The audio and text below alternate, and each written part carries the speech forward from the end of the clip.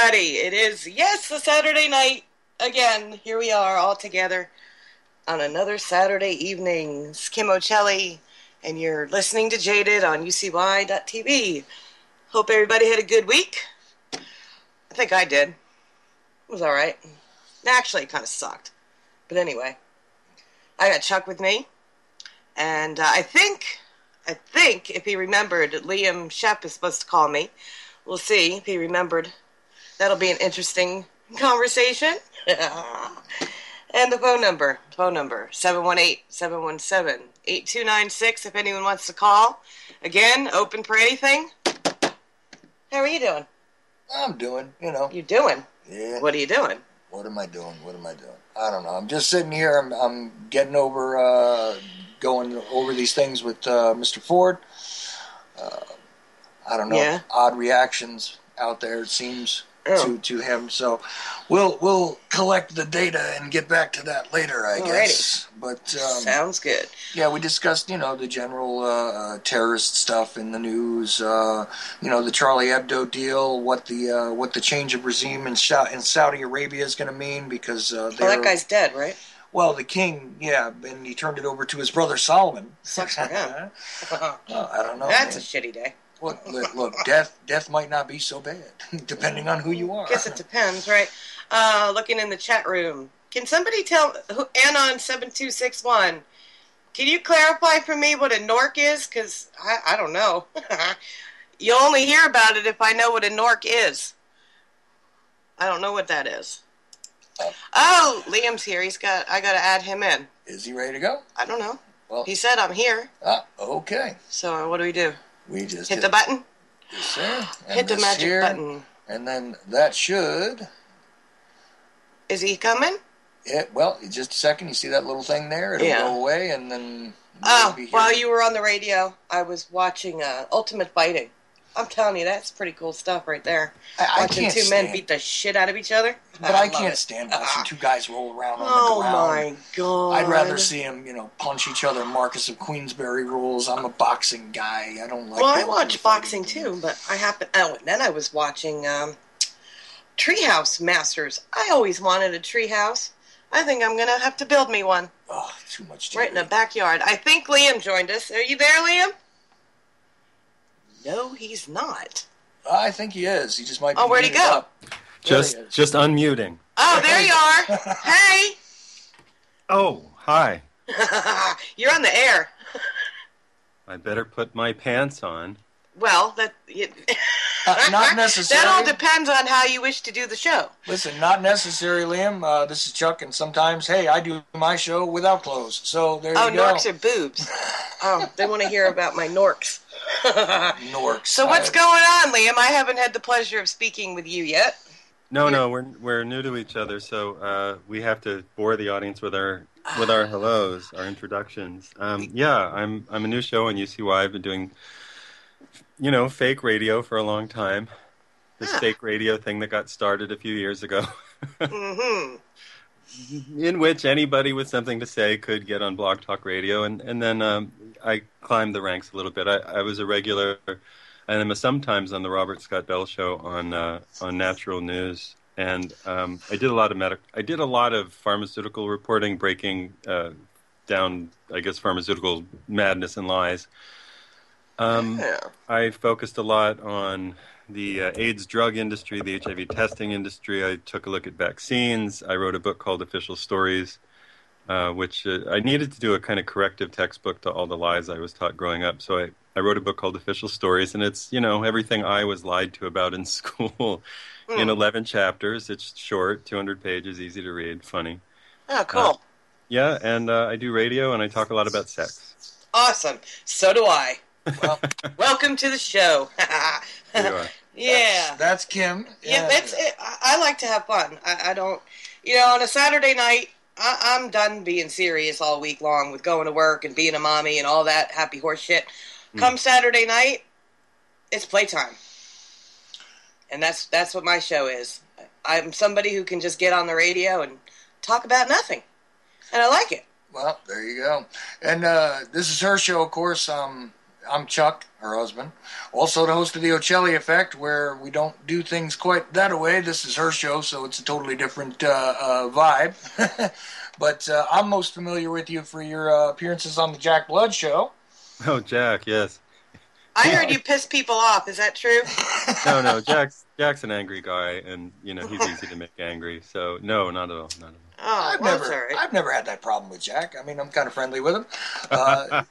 Never had that problem at all. Jack's never gotten angry at anyone for anything. I only sing his praises, but I hope he has me back. I hope he has me back on the show. Last time I was on, he just kept going at me, and when we were done with the show, he said, you can just grant me the slightest notion that I'm not lying to you, and you might get more out of me. You might actually enjoy it, and so might I. And he said, no. And I said, okay, all right. Oh, you know what? I loved that appearance because I'm pretty sure that was the one where you focused on the AIDS thing, big time. And, yeah, that was really great. I thought that was extremely compelling. Well, listen, he's a really good radio host, and I hope that he has me back on. He was a little tough on me sometimes, but that's part of life. So if you want to talk about the AIDS thing, we can do that, or I can tell you why monogamy is a myth, or we can make fun of the government, or we can talk about religion, which is another one of my favorite things to deconstruct. But I might be I guess I do piss people off. I don't mean to. I'm just curious, Well, that's okay.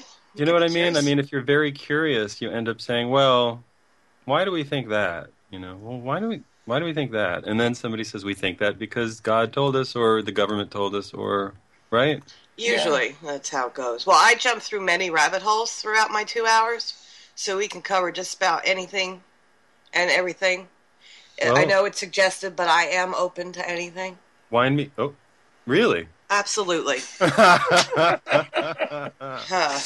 let's wait. No. Let's have at it. No. You've said this to the wrong guy. I just want you to know. Yeah. Wait a second.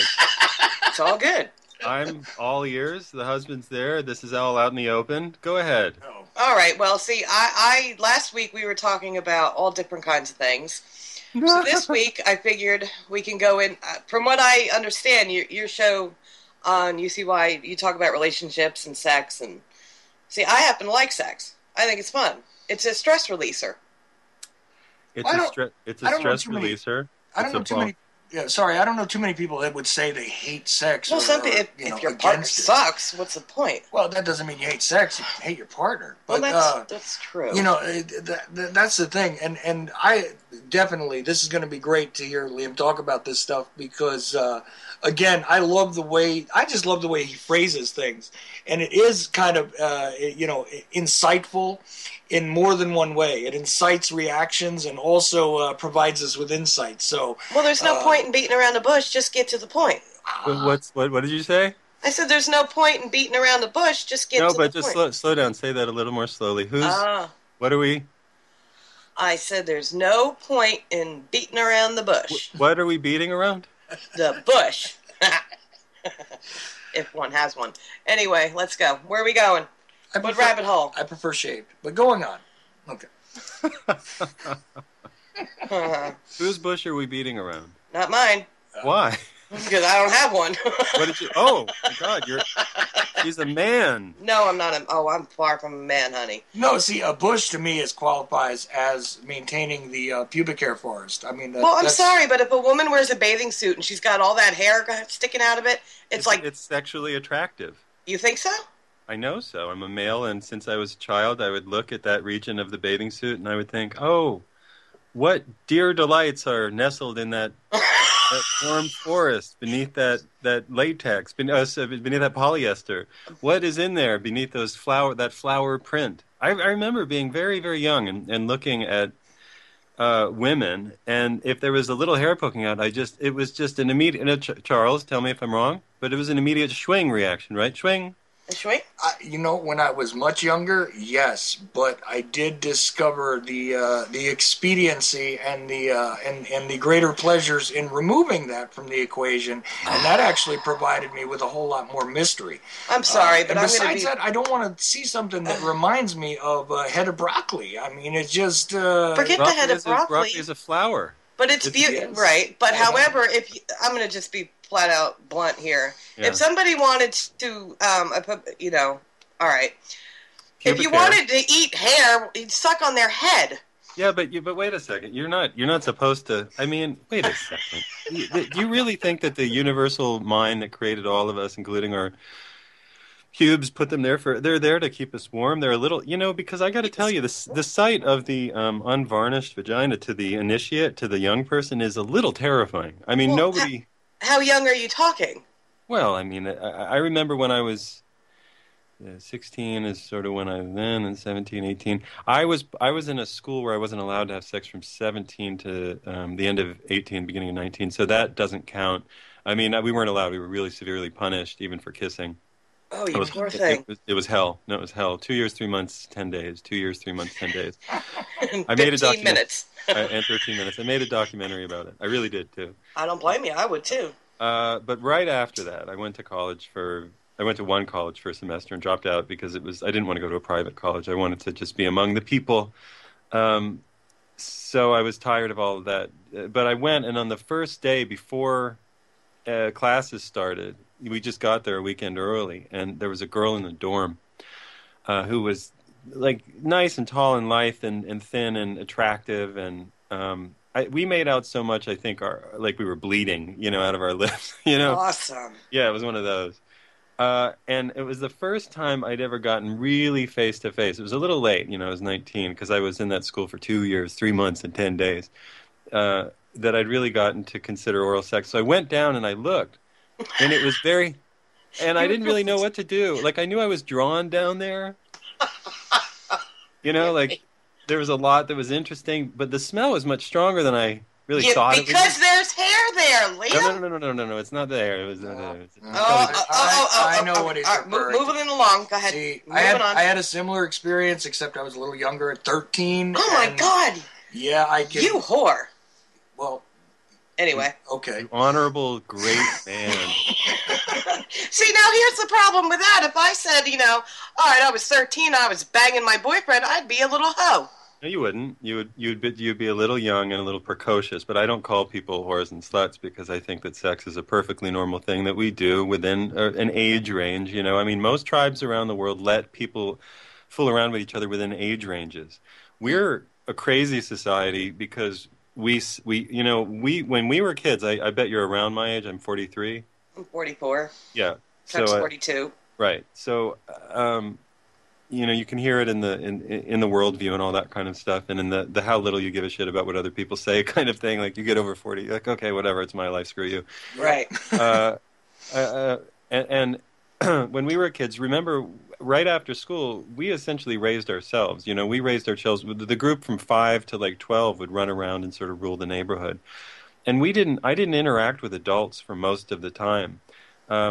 We now have little kids constantly interacting with adults, and we're afraid to let kids mess around or kiss or hug or play doctor with kids. Well, that's all perfectly normal for kids to do. And tribes around the world wouldn't even understand the notion that kids had to be protected from fooling around or kissing or hugging. So if you're a 13-year-old and you're screwing around with a 12-year-old or a 14-year-old or even a 15-year-old, that would sort of be within an age range. But of course, at 13, you're having you might begin menses, so you would be put through an initiation. And in many tribes, you might even get married at 14 or 15. So things would be drastically changing for you, right? Because you'd be heading into that threshold period where you're crossing from childhood, where people leave you. That's kid world. Nobody met. That in tribes around the world, that's just kid world. You leave from 13 and under, it's kid world. No adults mess around with that. 13 and 14, 15, you go through that threshold barrier, that, what do you call it, coming of age. Mm-hmm. And then the reason you do that is because you can get pregnant after that, so it's a bit more serious. It's not just like, so and so shoved a cucumber in my butt or whatever. Oh, ow. Well, not all the way up, but just the tip. Just tip. Just the vine. No comment. No comment. So I wouldn't call you a slut or a whore if you were, Well, but I don't think thank that you. I don't think a 13-year-old is really capable of banging away. I think they're rather afraid of sex. I know a couple 13-year-old girls when I was young. Oh, my God. Really? Oh, my God.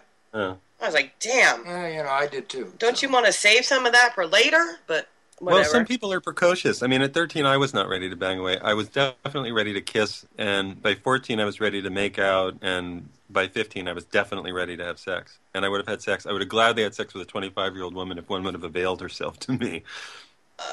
They do that in tribes around the world. There's a tribe called the Mangaya tribe. Sorry, they're in an island called Mangaya, which is in the Cook Islands, way off of Hawaii. And they train the young men when they're coming of age to have sex with older women. They train them to hold out longer. Mm-hmm. They train them to prolong to withhold orgasms, so the woman has, longer orgasms, better orgasms. Does that not sound like a good tribe to grow up in? Oh, absolutely. I think I might head there now, although I'm a little too old now. Mangaya. I don't think I'd want to train a kid. No, you're not a kid at 15. I mean, I don't care. I understand the legal thing, and don't worry, I have no interest in this age group. But I'm talking about anthropologically, biologically. At 15, me personally, I really could have used the guidance of like a 19-year. You know what I mean? A more experienced woman. And we had that in our peer groups anyway. Like the older girls would definitely, like when I was 16, when I was 15 and 16, the 17-year-old girls definitely took an interest in us and sort of helped us along, gave us little lessons. Well, my boyfriends were always older. Yeah. Because I found that boys at my age, 16, were just a little immature. Retarded. A little retarded, yeah. Yeah, yeah. A little retarded. Absolutely. We couldn't speak around you. Like, Right. hi. No doubt. No doubt. It was all the hormones going through our bodies. It really made us crazy. We could not function. I remember that absolutely distinctly. I remember being in ninth grade, and the teacher was this probably 40-year-old little firecracker. She was very attractive, had a little mop of blonde hair, and she just still had like all these pheromones oozing out of her because women over a certain age actually become more sexual. They do.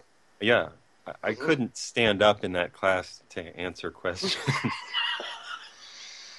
Nice. Yeah, I was one of these guys as a teenager. I often found the girls' moms a lot more attractive than the girls. Oh, yeah. Yeah. Always did. Totally natural. I think at past the age, again, where you're ready to have sex, it's natural, I think, to want a little bit of guidance. Now, in our culture, it's totally outrageous. No, that would be a sin. I'm not talking about a 40-year-old helping a 15-year-old along, but I really did appreciate like the 19 and when I was 19, I appreciated the 23-year-old girls, young women. They just knew more, and I really, I benefited from that to be able to ask questions and like when it was both of us at the same age group and nobody knew anything, it was a mess. Yeah, that's kind of like. Yeah, well, it does become a guessing game. Blind grope fest, at that age, and of course that's part of the natural process. That coming of age process. If you're dealing with that, excuse me for the innuendo there, but the coming of age process, right? At that point, I mean, it makes a lot of sense. Just let innuendo go there. By the way, I did not. Yeah, I know. Thank you. We're not picking up on that, are we? I keep loading it, and I don't mean to. It's just. Oh my goodness. Yeah, and the word load. I know. You were saying I rudely interrupted. You were saying it's all right. It's all right. I deserve to be interrupted. No, you didn't. No, you were making a good point. But the coming of age process, when you're talking about exploring sexuality when you're both on the same level, is extremely natural, at lower ages than are acceptable in our society as it stands. Because sexuality has been a greatly sort of misused and warped phenomena, from a social standpoint. They've taken a perfectly natural, I hate to use the word, but evolution, and really ascribed, certain time constraints to it that aren't sensible from a physiological standpoint. and believe me, this doesn't mean that I'm happy about the idea that I have a 15-year-old daughter, but nonetheless, I realize that exploration is totally natural at that age, you know. Well, they also, with all the TV programs they have now, it's all it is sex, sex, sex. Yeah, but see, boys didn't require that. I got to say this. I've always had a backlash against the whole, like pop culture or feeding into the sexuality thing when it comes to boys, because at a certain point, we become so hormonally driven. Oh, my God. That, I could stare at walls and think about sex. Oh. It's got nothing to do with what I'm looking at or listening to. Well, no. You wake up, you got a hard on. Well, yeah. Well, even now as grown men. Wake whatever, up, but. get through the day, not so go much to sleep. now. Oh, I'm sorry to hear that. That's I'm too bad. 43. I mean, if my testosterone level hadn't decreased a little, I don't think I ever would have done. There was a point when I actually considered. I can't say this. I'm not built for it. I prayed that I could have gone into porn. That's how often I thought about sex at a certain age. I'm like, maybe I should just. Well, you know what it is, though, is that's kind of like the dirty little secret, is there's always a hormonal surge in the male life cycle.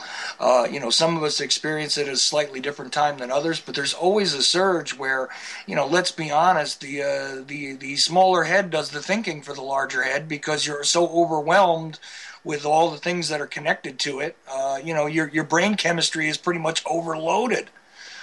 I'm gratified to hear you say that because I've tried to explain this to people, and I've found that women don't know this about us, and it's not really communicated well. But I always tell any women who are around this age or coming up, I say, you have to understand something about men.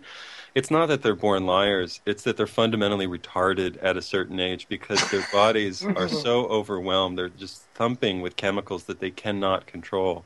Right. And I know women get blamed for being the hormonal species, but that's just not true. I mean, the hormonal side of our species, but that's not the case. We are. From 14, 15, 16, 17, 18, 19, 20, 21, 22, 25 to maybe about 30, 32. I was able to manage it better at the end of my 20s, but man, I remember being 21, 22, 23, traveling around the country. Being in youth hostels, like every night was an opportunity to, and I'm not a total slut. I wouldn't, for some reason, I was emotionally connected to the point that I wouldn't just have intercourse with anybody, but I loved making out. I loved massage. I love all that kind of contact. It made me feel so happy. Right. It makes all these great chemicals too. Serotonin, oxytocin, dopamine, endorphins, all these healing brain and body chemicals. So it's almost as though we're built to enjoy a lot of contact with each other, a lot of warm, affectionate contact. But we live in a puritanical, repressive, sex-obsessed society. So we restrict that contact. Then we go crazy and we go to bars and then we just... am I allowed to curse on your show? Absolutely. Yeah. Well, this will be my curse of the show. We fuck somebody that we don't really know very well, and then we end up feeling this sort of a remorse because we had all this great contact, and we're not going to follow it up with affection. We lose track of the person very quickly. We didn't know them well enough to really go as far as we did because I find that intercourse requires a level... It doesn't mean that you have to be together forever, of course, but it requires, for me anyway, requires a level of communication so that I can look at the person and say, hi, how are you? How are you doing? How was that for you? It was wonderful and thank you. I think that's a yeast infection or whatever it is that I need to say. Yeah. I just want to say, we added Cy Girl into the table. Hi, Cy Girl, how are you? Pretty good on this Saturday evening. I don't know. I'm always the one who ends up sort of, how do I put it? Sort of not throwing, I don't know, sort of, I almost said the turd in the punch bowl, but not like that, but I'm always going to I'm always throwing something in the middle of this that might end up offending some people, since you're all talking about sexuality. We can, anything. This is open forum. You can say whatever you need to say, what to say. So, listening to you, you're all really well-read. You're well-informed. You're up on the latest biology, evolutionary theory. To some extent, some of the thinking sounds like it's permeated with assumptions that come out of Franz Boas, Margaret Mead, coming of age in Samoa, what's natural. I heard a lot of references to natural. Mm-hmm. And that's very Rousseauian. I do like that aspect of us, to see how we can manifest how nature, how do I put this, to sort of spontaneously evolve into what we should be in a purposeful way, as nature would seem to have, right, to let things flow rather than force them or repress them one way or another. But here's what bothers me. Okay. With all your science and your anthropology, somewhere along the line, someone tossed out a little over 10 centuries of Western civilization that happens to define who we all are, right? The small group of us talking, and probably most of the people listening, regardless of their ethnic or genetic background. Probably, if they're Americans, they don't realize that there's a Western tradition to sexuality. There is a Western tradition that comes mostly out of Southern Europe, and it's embodied in the word romance, romance. Now, I know that word has come to be trivialized and rendered meaningless in the context of American popular culture. But I know you're all familiar with how deeply that notion resonates in the traditions that romance, when we say the romance languages. Does anybody get to interject, or do you I want to stop right here. No, I want to hear the rest of what you have to say, but you're piling point on top of point, so I want to address some of them, and then we'll keep going. You want me to summarize it? No, I want it to be a conversation, because you said Margaret Mead, Franz Boas, you talked about evolution, anthropology, you said that the question is that true? Or maybe the next question is, you said 10 centuries, but really we're talking about 10,000 years of being an agricultural species rather than a few million years of being or at least a few 100,000, probably a few million of being a foraging species. So I just want to try to define some of the terms. But you're talking about romance, and I'll talk about that with you. But I just got to at least make some bookmarks, because I'll come back to them. I don't know if you want to talk it through point by point, or we're a you civilization. We're not just a species or a creature or something running around in nature. We're a civilization.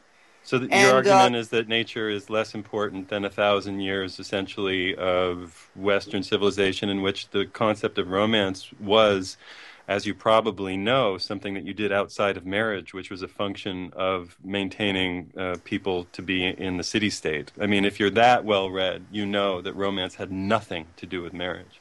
Absolutely. Nothing at all. In the medieval, very good. I'm glad you cut to the chase on that. Because remember that people died they didn't survive as long in those days. People married at the age of what?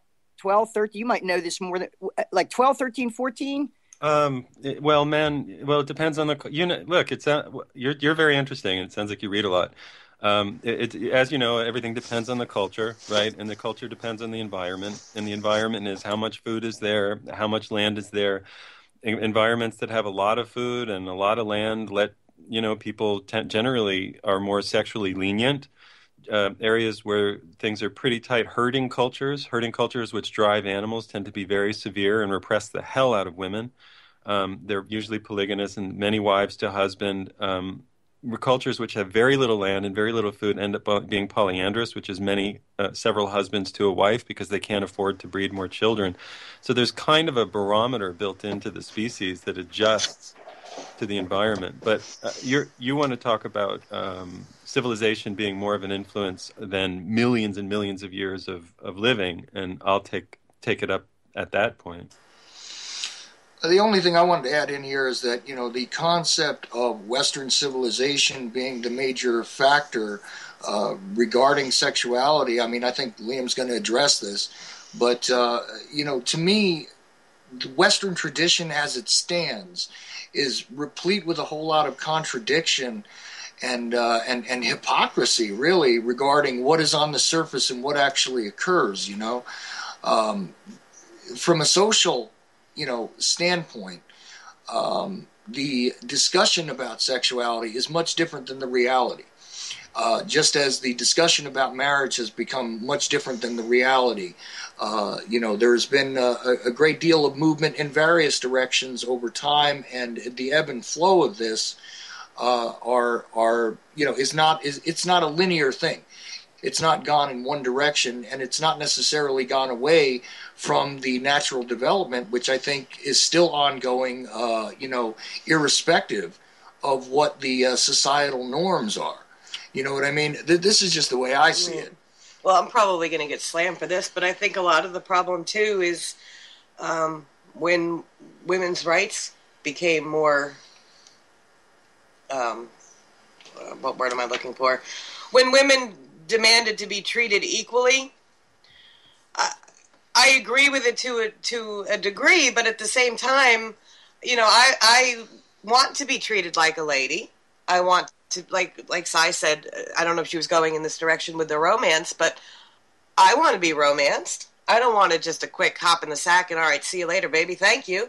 I want to be well, we don't have this issue now, but I want to be courted and treated like a lady and have the door open for me like a man is supposed to treat a woman. And then afterward, you can be the property in his house and do what he says. Well, no. Well, that's part of that deal. I mean, you have to understand that arrangement really... all right, I don't know what the side... She was making a fascinating point, and I interrupted. And I don't know if she wants to finish that idea of romance being more important. I mean, just do you want to cap that so that we're answering the right question? Yeah, I'd love to hear that, too. Hey, I can't think of any better that... I could not have articulated the points that you guys have just made any better than you just did, because I think you all laid out... I think you cut to the chase on what was bothering me about this. That we don't toss out the baby with the bathwater, that while we recognize the flaws and inherent contradictions, as you call them, within the Western tradition, that we also look at the extent to which that manifests the realization of a feminine influence in Western civilization, and especially reaffirming the individuality and dignity of the soul. Right. The Greeks had like maybe 5 or 6 words for love. Like they had Eros, who is in Latin is Cupid, I guess. Right? That's Aphrodite, the son of Aphrodite or Venus. Right. Mm-hmm. Eros was the purely the sexual desire that inflames you and makes you go on the chase. Right, and then there's something called agape. Right. Which the Christians like to use a lot, that corresponds to some notion of sort of a communal love of taking care of, your community, fellow human beings. A universal love, irrespective of looks or charms or any other thing. Yeah. Right. Then they have a generic word like philo, which could be philosophy or, it's just a more generic love. I mean... It's less sexualized. It's more about intellect. Right. There's ludus, which is a playful love. There's mania, which is exactly what it sounds like. Eros gone wrong. And agape, and there's one other, pragma. Right. And pragma is the love that you develop after you've worn out some of the others, and you realize, well, we know everything about each other. Well, I want to respond to somebody wrote in the chat room here. Honey Radiant said, and this is an absolutely dead-on point, that this, I don't know if you're a man or a woman, so I'm just going to say this person is all for equal pay and equal work and that type of stuff. It's when people, and we've had this conversation, people are saying that kids don't need their dads. Well, that's a bunch of shit, because I think a child needs the benefit from their father and their mother. Well, may I go one further? I don't think they need their dad. I think they need a group of males who help them, and I hope one of them can be the dad. But most cultures deal with this by the nuclear family is essentially an abomination in human society. It has nothing to do with the way that we are as a species. It's why people go crazy. Everybody in our society is crazy because we have what feminism misses, what every other ism, anthropology misses, is that we evolved as a species through one mechanism and one mechanism alone, and that was slavery. The more slaves we could have to do the work of agriculture and growing food, providing that lower level of Maslow's hierarchy of needs, the more we could raise ourselves, in our intellects. Of course, the Greek city-states were all slave-owning states. The blooming of philosophy occurred where other people were doing the dirty work, and Rome was no different. Our slavery is right on our computers. It's right under our feet. We use about 19 million barrels of oil per day in this country alone. A barrel of oil is worth, and I'll just throw the numbers out, 23,000 hours of human labor. I built a garden last month for with a friend and family. We might have done 20 hard hours of maybe 24 hours, hard hours of labor over 2 weeks, and it was exhausting out in the sun. Right. One barrel of oil is worth 23,000 hours of human labor and calories. 5.8 million British thermal units. We use 19 million of those a day. In slave years of manual labor, we do 50 million years of labor per day. All of the 20th century is a total fiction. None of it is real. As soon as oil runs down, we'll have none of these conversations. They all just go away, because when you have to get food and figure out where water is, you don't really worry about feminism or hypermasculinism or where daddies go, because everybody's got to pitch in. Everybody has to get that food. Well, they do, but I think that each person, the mother and the father, each play a very important role in the upbringing of that child. I mean, the father, when you have a daughter, the father not in a tribe. No, today in a nuclear family. But what I'm trying to say is the nuclear family depends on slavery. Two people never raised a child in the world ever. The group raised the children. Therefore, the single mother or the single father weren't as important as the group of men and the group of women.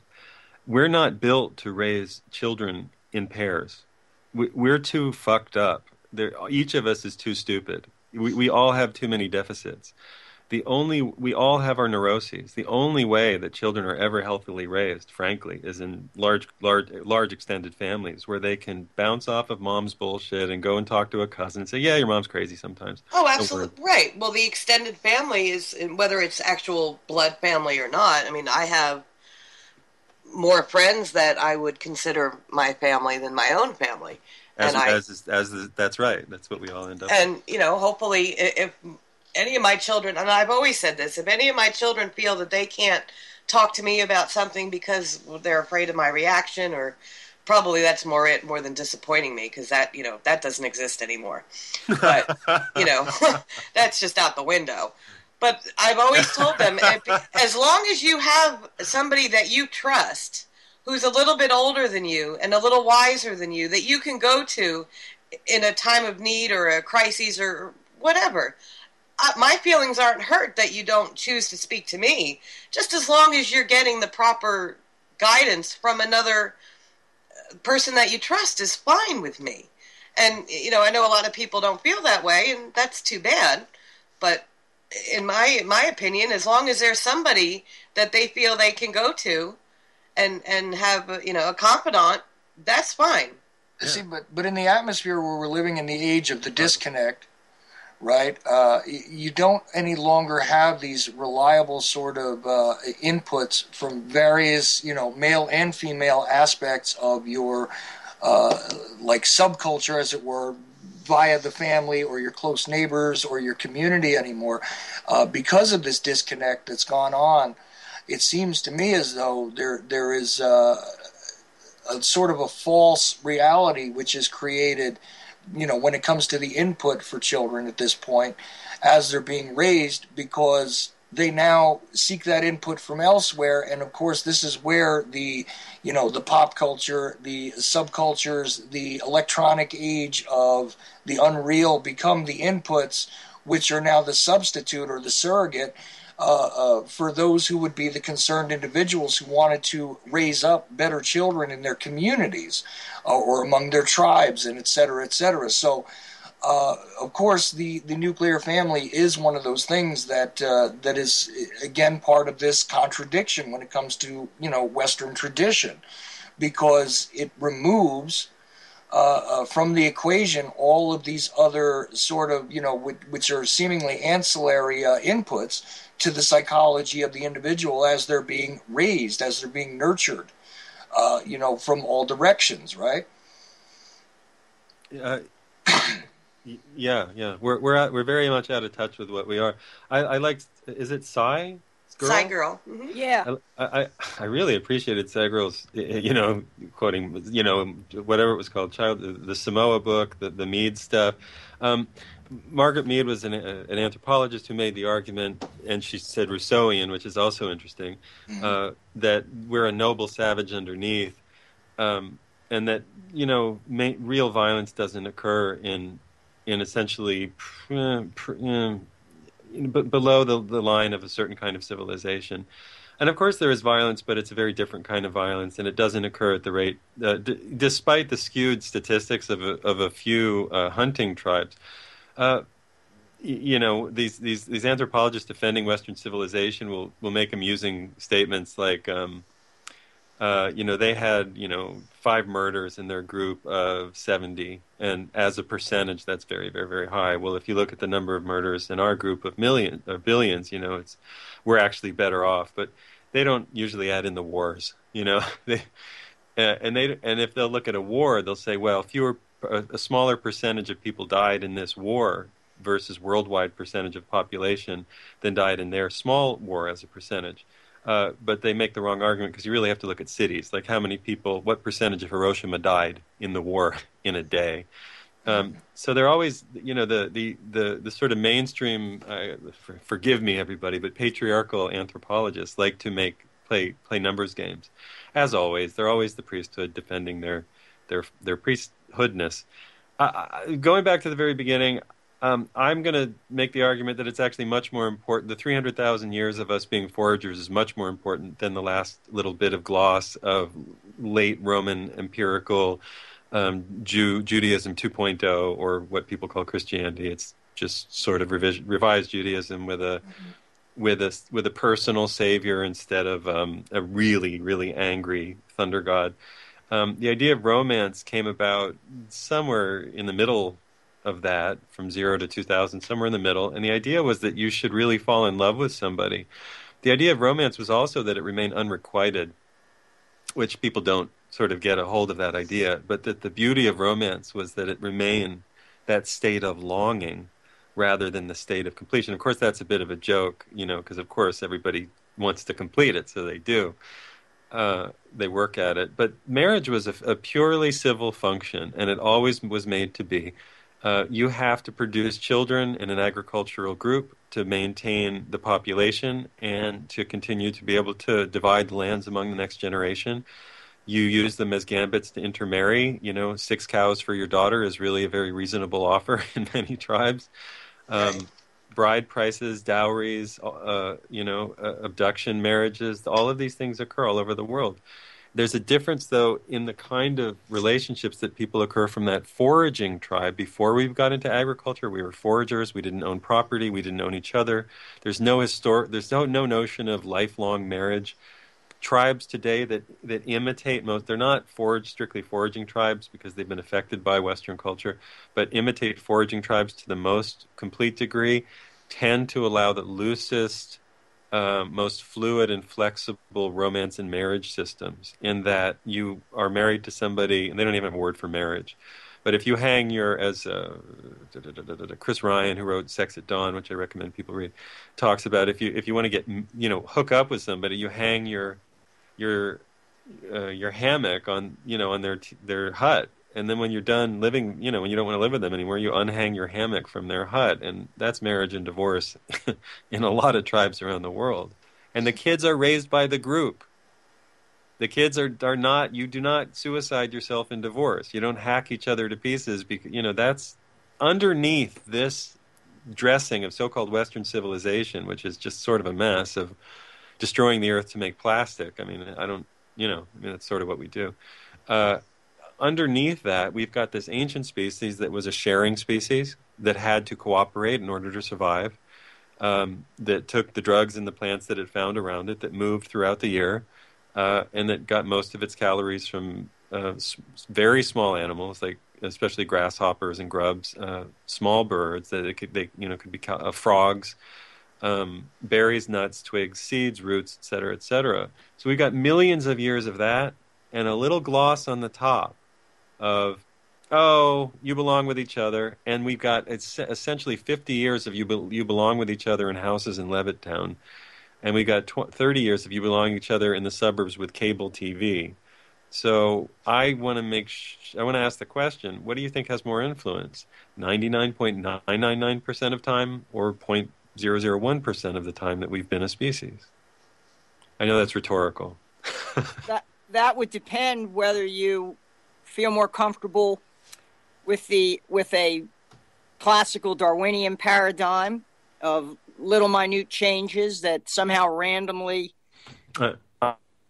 versus Stephen Jay Gould's punctuated equilibrium. I'm not a Gouldian. Or whether you have intervention by some form of intelligent design, maybe not directly or immediately, but maybe down the line indirectly, through accidental, seeds, scattering of seeds. Well, but let me ask we're not just the mammals that you correctly define us as. You're limiting the scope of it. We are, as we have defined ourselves, as we affirm. Not really. Homo sapiens sapiens. Not really. Take oil and coal out of our hands, and we'll be right back in the dirt in a tribal situation. We haven't changed, except that we have energy slaves. We're able to do all this stuff because each of us has about 150 to 200 energy slaves working for us per day. That means that we get to imagine that we're very creative. We're using other people's machines and computers to write stuff, and then we read it, and we think that we're intellectual creatures, but we have energy slaves. Let oil decline to 70% of its current level, which means that all interstate commerce has to slow to a trickle, and we're going to be right back out there in the field being the Homo sapiens species that we always have been, enjoying a little bit of time to tell stories. And screwing. I don't think that'll happen, honestly. I think that if it's happening. But where we used to live, we were where hurricanes or superstorm Sandy hit, and you watch people who didn't have electricity for 7 days go at each other's throats. Oh, I see. I don't see if you diminish the oil supply and you diminish other commodities that we're used to, that people are just going to become, all loving and, love thy neighbor, because they're not. Right. No, there'll be a massive murder die-off. I guess I omitted that. But what I meant was that after the mass murder die-off, starvation, the people who are left will be a species that has to procure food. What I'm saying is that we're not as clever as we think we are. We just got a hold of an energy source for the last 100 years that changed... that created we're a storytelling species, and for the most of time our stories were contained in the bounds of our imaginations, and our imaginations found a little bit of place to go at night when we were drinking and taking plant drugs, but for the most part we just had to work to make life happen. Everybody had to work to make life happen. Everybody had to raise the kids. Everybody had to get the food. Right, and I see exactly where you're going with this, Liam. My only disagreement with you is that the greater construct of slavery that's been erected over the species has a lot more to do with the monetary system itself than the energy. I realize that a lot of the living arrangements as they appear right now are based on the the movement of energy, the utilization of energy, and all of that, but I think that the monetary designs with this disconnected, debt slavery that has encompassed everyone on the planet at this point, I think this is the real shackle, because without it, oil and any other forms of energy, that cause that slavery system to be in place, collapse of their own weight, So to me, it's more like if you remove the monetary system from the equation, then you will have that initial shock where, there's going to be that upheaval, as it were, from a societal standpoint, and then a reorganization to something that would be a whole lot more natural. I mean, but this is just my concept of what would happen. But I see that as the greater slavery villain, as it were. Yeah, interesting. This is a fascinating. We went from pussy pubic hair to this. So I'm telling you, we're all over the map on my show. Yeah. Yeah, I would call it. I would call it the return of the repressed, or at least what Liam is what he's laying out. This scenario is what I would call the return of the repressed, in the sense that you're seeing attendant upon a general breakdown of infrastructure, breakdown of, say, food distribution or water purification, a necessary, sudden chaotic situation where the return of the repressed, a necessary return to the primordial, somewhat more tribal, primitive situation where all the social relations and structures that we take for granted as normative now would be rendered irrelevant almost overnight. Is that pretty much what you're... Sagro, you're fascinating. Did you have military training? I mean, the way that you're able to sort of draw lines around things reminds me of... did you? Yeah, indirectly. I never served in any military organizations, but I was in political organizations with individuals who definitely had military backgrounds. No, it's just you just have an interesting. You collate, you assess. It's interesting. She is fascinating. Girl's a really fascinating intellect, and I'm always happy when she calls in on any show that I'm involved in. Right. Like I turn around, I invite authors and PhDs and stuff, and then I've sent an invite to her because I want her input on it, because I just love the lines of reasoning that she draws, her awareness of history and the effects thereof. No, she's absolutely fascinating, and definitely, if you've never heard her before, check her out a few times here and there. Believe me, you'll always get something. I never have a conversation where she's involved that I don't learn. She should have been a professor of mine in college. I probably would have paid more attention. Well, let's get to the important point, which is the bush is not something that you want to pull up. It's a very attractive thing, so just leave it there. You can trim a little. Keep it neat. Keep it neat, but trim a little. Listen, I'm a guy. We have to trim a little. But for God's sake, there's hair there for you. It's very attractive. The dark, draws the eye. I don't know. I don't even understand the idea of ripping it all out, and I don't know what paradigm that is. But I don't get the Brazilian at all. It's probably some bizarre thing linked to some trauma-based thing in my past that means that I just have. I'm sure there's some deep-seated psychological twisting that went on in that portion of my brain. I'm not talking about you. I mean the whole culture that's like, oh my God, there's pubic. Yeah, it's pubic hair. That's because you're of. It means you're of age. Well, we should allow for a principle of combined and uneven development in human society, where you see the natural and the primitive alongside of the ultra modern, and perhaps preserve hair growth in one, maybe in the pubic area, while removing it under the arms as a concession to romance and modernity. Mm-hmm. Dear excellent, Lord. Excellent. Very good point. Presenting her dissertation.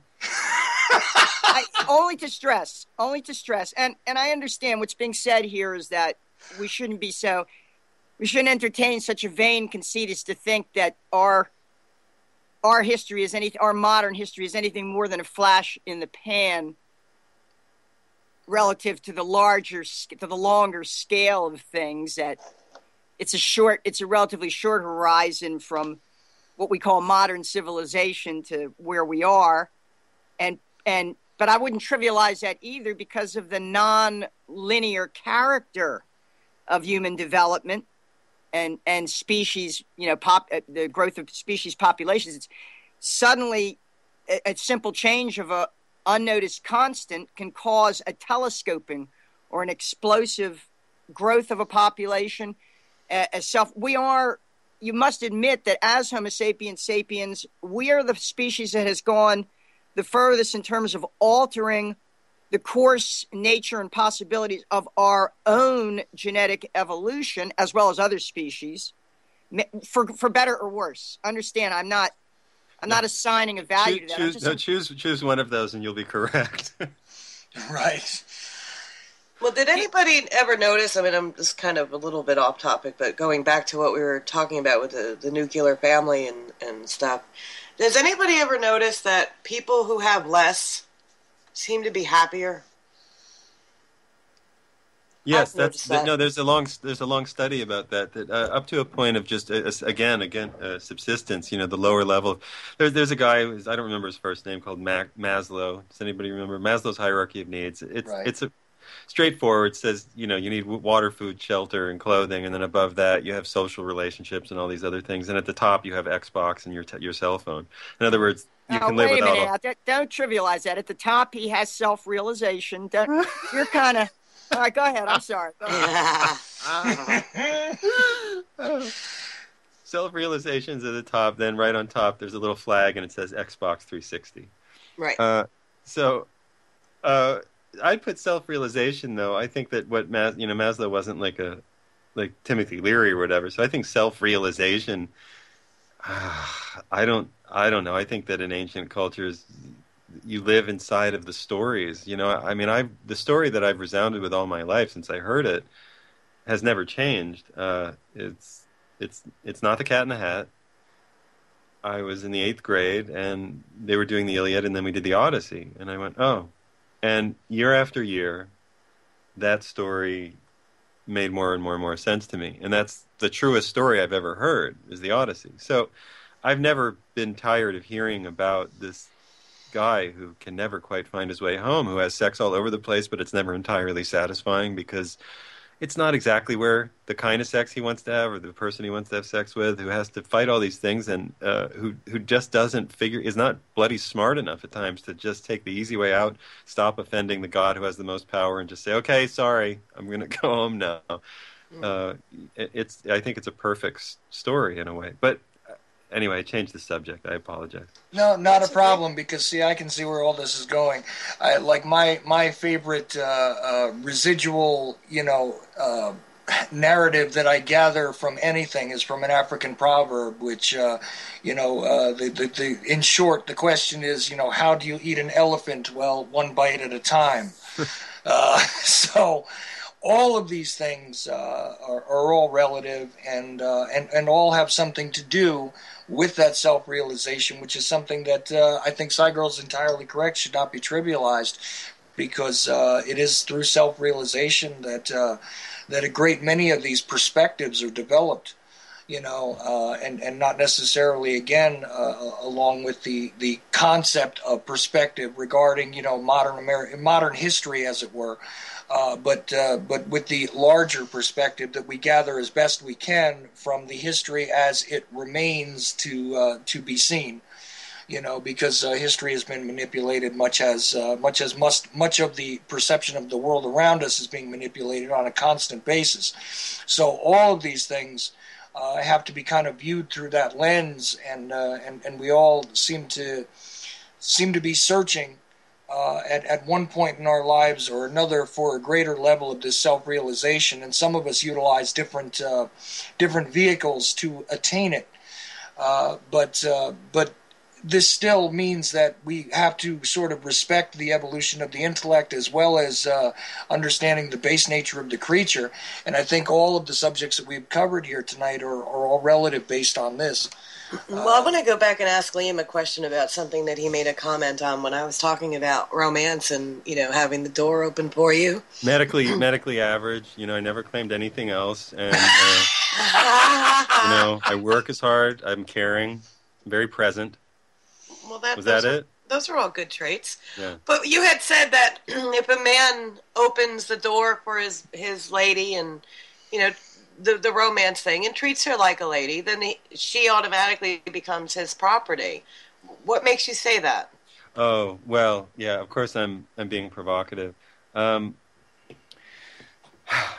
want to answer that. I also want to bookmark some stuff Cygirl's been talking about, because she keeps talking about evolution, and I come from a plasma physics perspective, my plug, my book, Official Stories, I talk about the sort of the myth of Darwinism and the myth of Big Bang, a non-theory. First, there was nothing which exploded is not a theory.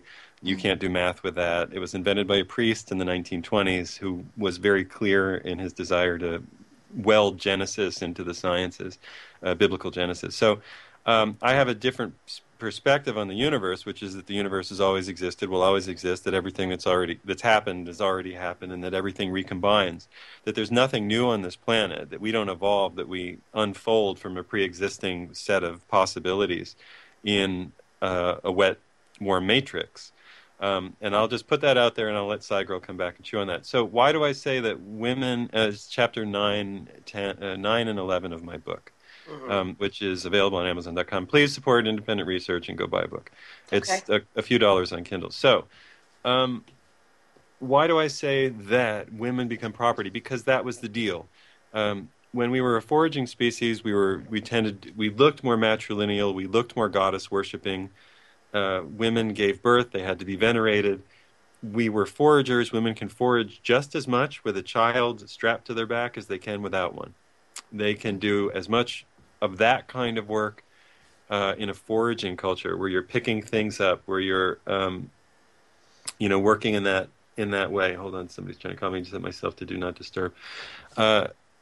In a farming society, it is more difficult, and women have to be not doing the heavy work of the field for periods of time. In a herding society where you're moving animals along, which is like the old Hebrew, I think the Achaean, the Aryan societies that invaded and impacted in India, and I believe the lower peninsula of Greece, when these societies, women were most definitely second-class citizens. And in ancient Greece, which we venerate for its philosophy and we honor for its principles and its philosophers, Heraclitus, Archimedes, Pythagoras, Socrates, who was written about by Plato and some others.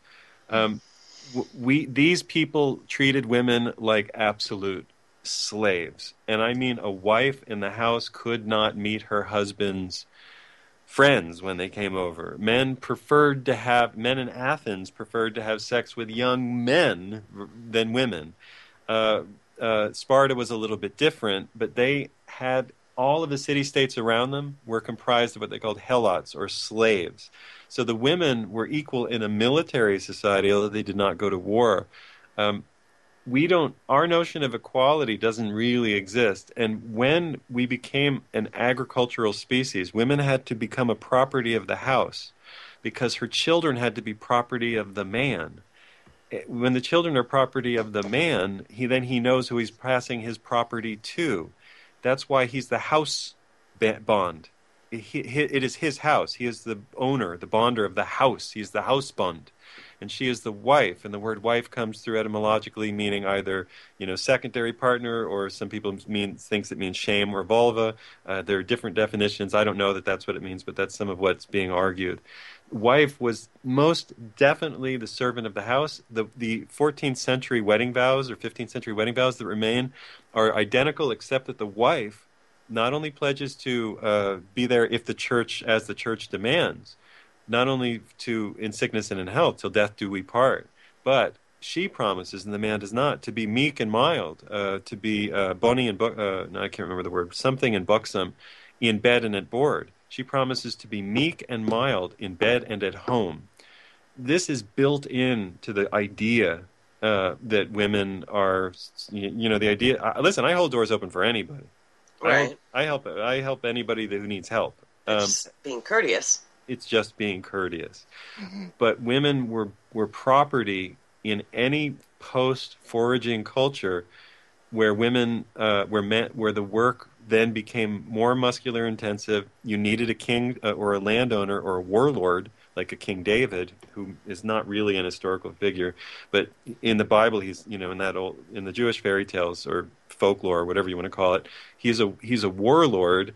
He gets as many women as he wants. He kills people to get their women. This is what I mean by if you're going to expect certain. And I was provoking. I hold doors open for people, but that's the answer. That's my answer.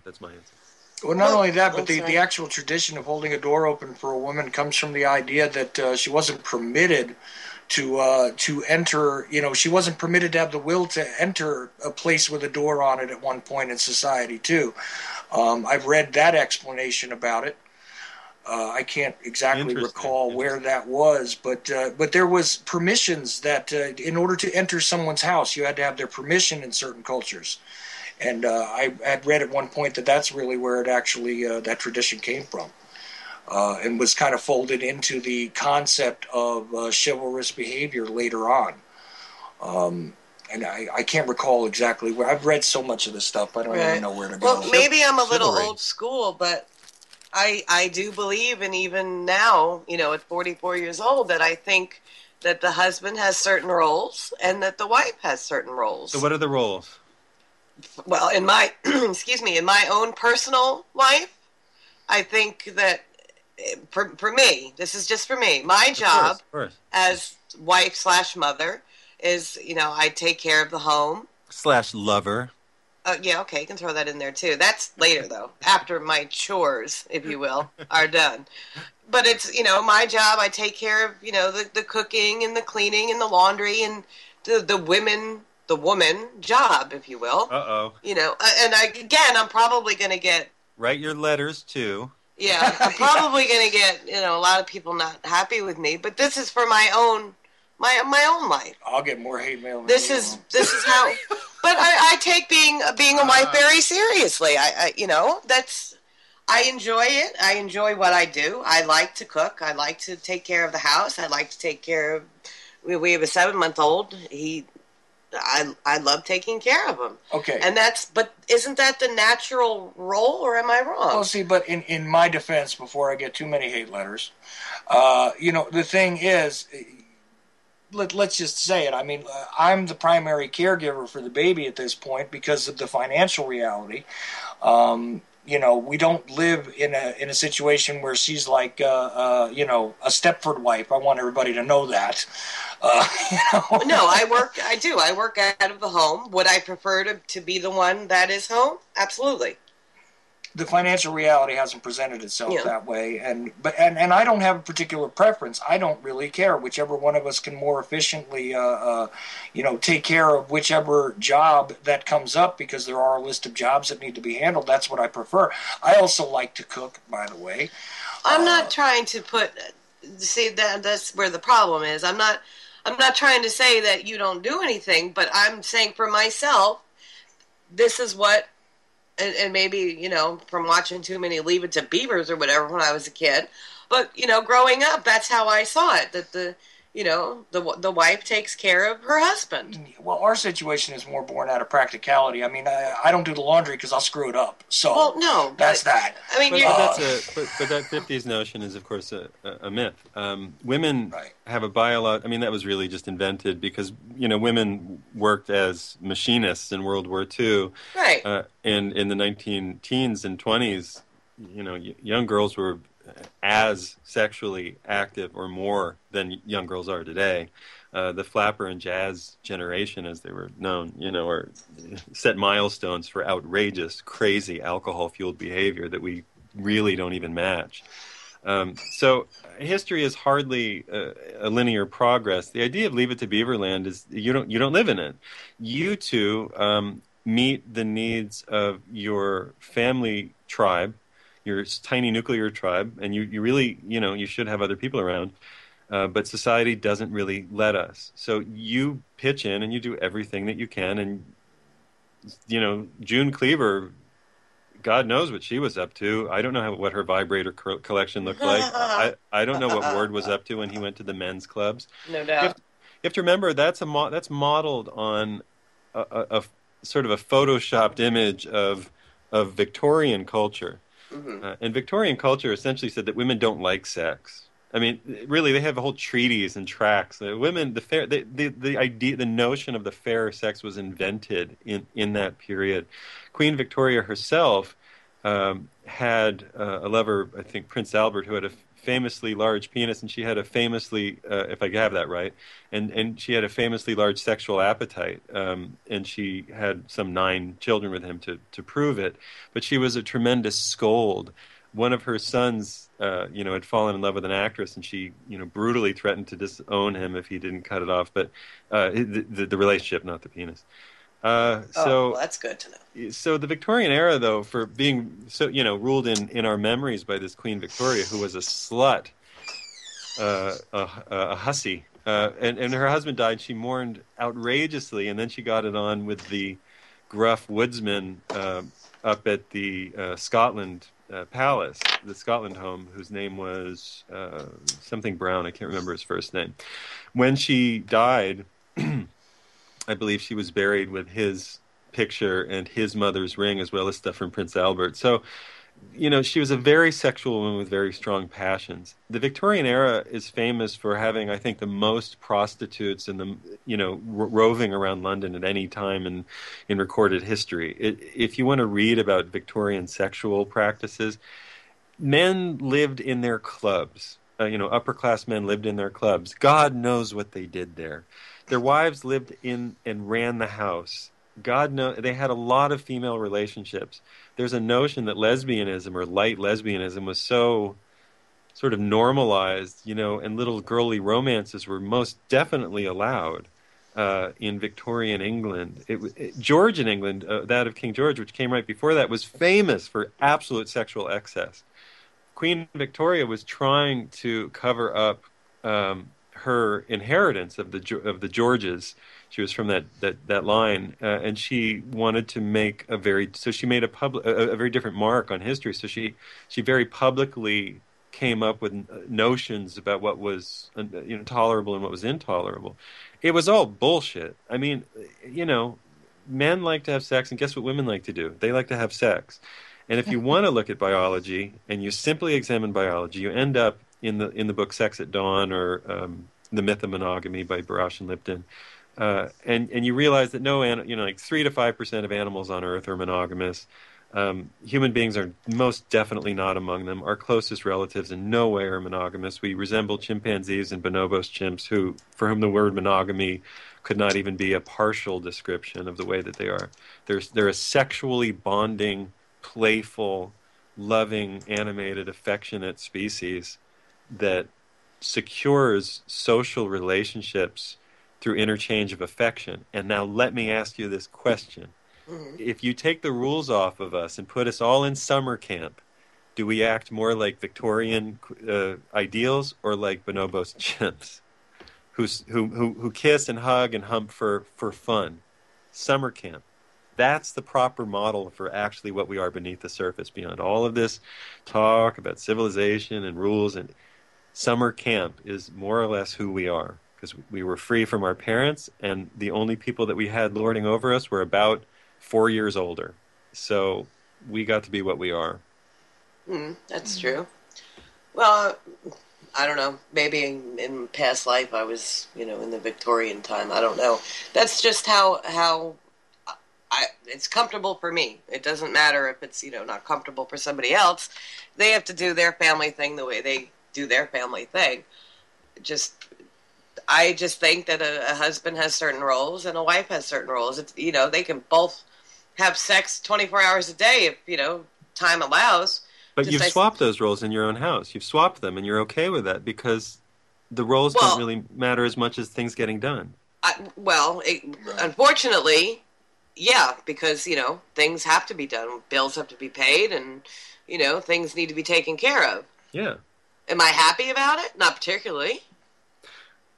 Well, but I have to do, what I have to do, and Chuck's doing what he's got to do to make the family run smoothly. And you should be congratulated for that incredibly hard work, because I think that, we're a tribal species. We're not built to just do all this by ourselves. But our society says you're free. You're free to live in a house alone with one other person and to do all of the work of maintaining the health of a child by yourself. And the state will interject and give you vaccines. Not our son.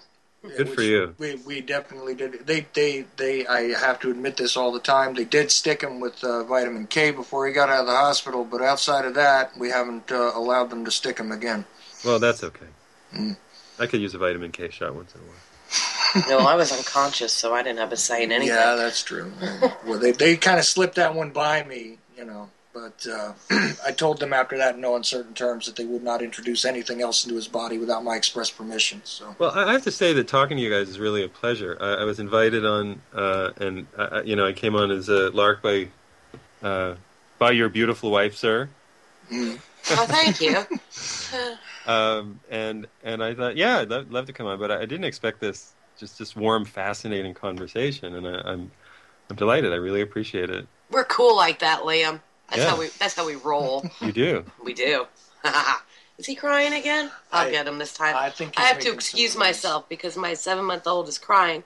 So Chuck's going to take the reign for a few minutes, okay? All right. All right, cool. Yeah, I tried to soothe him last time, but apparently, I'm not. He needs his mama. I'm not as good at soothing him. It's true. The Jennifer. roll. He needs It's a the female. roll. Here, take that and let me get out of here. Sure. Yeah. It really offers an opportunity to demystify that notion of role and replace it with the term division of labor. You know what? That is a more efficient term because each to their own capabilities. You know what I mean? That's really my attitude. I have a more flexible kind of view on this than even Kim does. I can interact with her worldview on the subject, but I've got a different idea about it. I think that masculine and feminine are defined, but not necessarily by their necessary actions on a day-to-day basis. I think that there's certain base things in our personas that are naturally more feminine or naturally more masculine, but I think each of us is made up of both to some degree. And this is kind of like how my opinion rolls. And I know that kind of spits in the face of a lot of things that other people believe, but it's where I'm at. Because I largely view myself as a spiritual creature that happens to be inhabiting a human body at the moment. And this is all very temporary. So right. You've embraced the romantic tradition that I referred to earlier. If that's the case, of course, those dry and crusty old products of this Victorian tradition that you guys have just spent about 20 minutes tearing apart. And not just Darwin, but Karl Marx and Friedrich Engels in The Origins of the Family, Private Property in the State, where they assert that all of human development, and certainly economics and social structure, were in fact premised on the division of labor, or if you like the term roles, we can use that. And by that, he saw the primary division of labor in the human species in the sexual act, in the procreative act itself, and therefore saw relations between the sexes as an extension of that, right on down into the beginning as the hunter-gatherers that we were, where there'd be no need for the sort of stable family structure that might be required in a more hierarchical, pastoral, herding society, or in a settled agrarian society, where you'd have a much more formalized, institutionalized hierarchy and structure of who did what. Because, of course, it's all going to be based on relative scarcity or relative abundance. So, yeah, that does... When it's true, when the infrastructure breaks down, and this is our practical problem, isn't it? Strategically. When things break down, yes, it's true. People will revert to a sort of primal situation, but the problem is they will carry the baggage of the Weltanschauung, the worldview, the social identity that existed previously, and it was built on the public myths and ideologies that were commonly assumed in the society that they've been raised and educated in. Whether those public myths are, the creation of a Leo Strauss or a Philip Zelikow, you understand? They're going to have... People live... you guys were talking about living inside the stories and the narrative tradition. Yes, it doesn't matter. Even if things break down and get really primitive and really chaotic and really violent, in the beginning, certainly, people will still be living inside those stories, the old narratives, for better or worse, That is a practical problem. They'll be living in the old in the old narrative. Now, backing up a second from this to this idea of the division of labor, and because, it's interesting. You almost started to say, from each according to his ability, to each according to his need, didn't you? Have I? Yeah, I caught you up on that? You did. So it's no accident. You could see where such reasoning would come from. The problem is you can't exactly. What are you going to do? You're going to socially engineer that from the top down. There has to be a way for it to grow organically from the bottom up. And the problem is with evolution, if we consider ourselves as mere animals, I'm going to reductio ad absurdum from Liam's model, where, he pointed to courtship rituals, an example of imposing an oppressive hierarchy, but I could turn that on its head and say, in fact, it may reflect an opposite tradition, but it depends. That's the dialectic involved in it.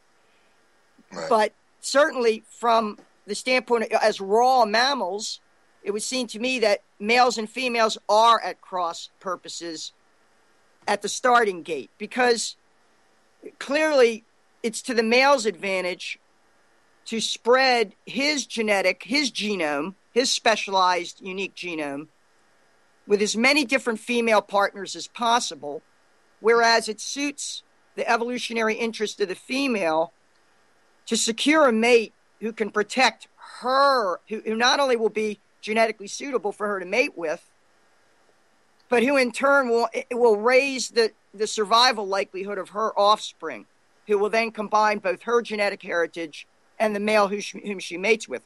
So we do have a cross purpose here at the most primitive level. Can we address that? Sure. From the standpoint of the romantic tradition. Well, I don't know if I can. Well, I don't know. What you said is an old argument that comes out of, I guess, a more patriarchal anthropology that says that we're at cross purposes. But men don't just want to kill children who aren't theirs. They're perfectly willing to raise them, and many men don't want to be fathers. They're perfectly happy being uncles. You see this in monkey tribes too. The idea that we're all supposed to be fathers is pure horseshit. I knew from a very young age I did not want to be a father, but I was a very happy uncle. I liked my friends' kids, I liked my family's kids, but I didn't want to be a dad. I just didn't. I had other things to do. I'm an artist. Thank God I knew that. So I always pulled out. Liam, let me ask you a question here. Wait. Okay. Quick pause. The idea that men and women are at cross purposes, though, is not really true. It's only that true if you imagine that the nuclear family is really the way that we mate. But we're tribal. We're really a banded species. And women all breastfed each other's babies. They all breastfeed each other's babies in a tribe. Period. End of story. All the men who need to go hunting, and they share the food. And they usually share it equally, or maybe they even give more away to the people who need it. So the idea that women choose men to be their everything isn't so. In many South American tribes, they have a concept of partible paternity, which means shared paternity. This is something you can just look up on the internet, but it's featured in Chris Ryan's book, Sex at Dawn. I'll feature it in my book, which I'm working on now. Partible paternity means that the women think that the child inherits all of the good qualities of the men that she has sex with. So when she's ready to have, ovulating and ready and fertile, she has sex with the one she considers the smartest, the one she considers the fastest, the one she considers the best hunter, and the one she considers the best looking. All of those men feel that they participate in that child's life as fathers. So it makes an argument towards Psi girls. It concedes to Psi girls' notion that, men are invested in people who they have sex with. That's true. But the idea that the woman has to pick one guy isn't really there. The Na culture in China, the men visit at night. They leave in the morning. If the girl gets pregnant, the child is raised by her whole extended family in her, it's not a hutong, but her large clan's house. Including her brothers, her uncles, et cetera, et cetera. The man who got the girl pregnant can visit, but he raises his sister's kids. We're not an individualist species. This is the myth of the energy age. We're not individualists. I'm talking to you guys. I really enjoy it. If you guys lived near me, I would talk to you more often. We would start doing things together. We're a tribal species. We're not nuclear. Yeah. No, I understand that concept, but don't you see the motivation that comes from the sexual urge in general, especially when it comes to the male end of the equation here? I mean, it seems to feed right into what Cygirl was saying about the idea of propagating your own genetics, and this is, from our standpoint, from a physiological, from a base sort of rudimentary sense within the physical being. Doesn't it seem as though that this is part of the purpose for that sex drive? I've always argued that is definitely one of the things. I mean, and also the idea, it goes right hand in hand with what you were talking about. Right hand? It goes right hand. Right hand in hand. I just stepped over. I always stumble over my tongue when I'm talking on the air, Liam. It's a constant. I tell people to keep score at home. On that again? Yeah, we'll try one more. All right. Okay, one more time. Right-handed I'm sorry. It's okay. Listen, some of us require both hands. Okay. Wow. Shit. Anyway. That's awesome. I'm going to give you like 3 points for that. That was just fucking incredible. Thank you. You're welcome. Moving forward. I'm not one of those who requires both hands. That's I'm too fine. bad. That's Why? too bad. That's all right. A windsock in there? I mean, come on. I just refuse to be called average. All right, moving on. I accept my averageness with such delight. It's just like, why do we compete beneath the waist? It doesn't even make sense. Yeah, what is it with you guys when you notice it's not me, guys. Well, you're right. It's not me either. All right, I'll take you out. Never mind. I've never felt a reason to compete with other guys because I know there's no competition. Now, going forward, you can tell I have some Sicilian blood, right? Okay. Holy shit. That was fucking awesome. Moving forward. All right, go on. They'll win a prize. Thank you. See, but enough about my techniques. Okay. Some of us had learned to use our fingers and mouths, and then it became a. Sorry, continue on. Really nice. That was all right. That's again. You're almost at a 10, baby. Connection. It's also a chakra connection. Fucking awesome. That's right. And again, to each their own skills. Ding, and ding, all right. ding, ding, ding. I feel a slight shriveling happening, just slightly beneath my stomach, though. I will be honest. It feels. Wow. Look at what the show can do for you. Never be intimidated. Never be intimidated. Okay. There's no point. Do we lose sight? I'll pick up the soap. Go ahead. Thank you. If we've done anything, if you've accomplished anything tonight, for anyone listening, are they still there? If we haven't lost you all yet, yeah. And for the record, if this becomes a podcast, you have smashed once and for all this fatuous myth of the so-called nuclear family, a completely contrived socio-engineering construct, probably dated, I would guess, attendant upon the late industrial age to move people off the farm, out of the countryside into the cities where they could be corralled into smaller units and work more profitably. And that when we say family, what we really should be referring to is what Liam earlier used the term extended family. Wasn't that kind of reverse engineered by professional academic sociology? Extended family. It's the original family, which was a tribal community group. Right. And they've also stolen this history from us. When you see somebody like Hillary Clinton publishing a book with the title "It Takes a Village," right? Right. And what an insult to our intelligence. As if we didn't know that more than just two parents were required. What she really means is it takes a government, it takes a state, a corporate state to raise your children. Absolutely. Right. Her definition of village is the the village in the district of Semiramis, and them passing down their decisions to this is a different concept. Well, because we're all a bunch of fucking idiots. The true village has to do with what was in reality an extended family, but is not the extended family as it's defined today. That's absolutely true. But just Charles, you were saying something about men and breed. Well, right. Well, like I was saying, the idea that the natural instinct to propagate the species is also driven by, if you notice, we have that male thing that we shared earlier, discussing about the urge and the uncontrollable sort of explosion at that early age. Of course, it's at an earlier age now than what we would consider it to have been, not too long ago in our history, because life expectancies were much shorter. Just as we've agreed, and this When were they makes shorter? When were they shorter? well, they were much shorter. Only say 200 years ago, I believe. But they weren't always shorter. So I mean, I'm just trying to say again, history is very different and cyclical. And even during this what we call the Stone Age or the Paleolithic, life expectancy on an average was shorter because infant mortality was much higher. But when you got past infancy, your life could be just as long as the longest lived people today. So I just go on. Well, I understand that, but there was also many minor injuries that would kill people that don't kill them today. Well, we got major injuries killing people today. And remember that we have 7 True. billion people all based on Monsanto land. I mean, we have oil growing food. Literally, we have oil, gasoline being sprayed on food to make it grow. Oh, yeah. And Plus you're hydrosilonium. being fed it by the greater pharmaceutical industrial complex as well. They love to feed us petroleum. So when you're not eating it directly, it is the nutrient for your soil. Sure, why not?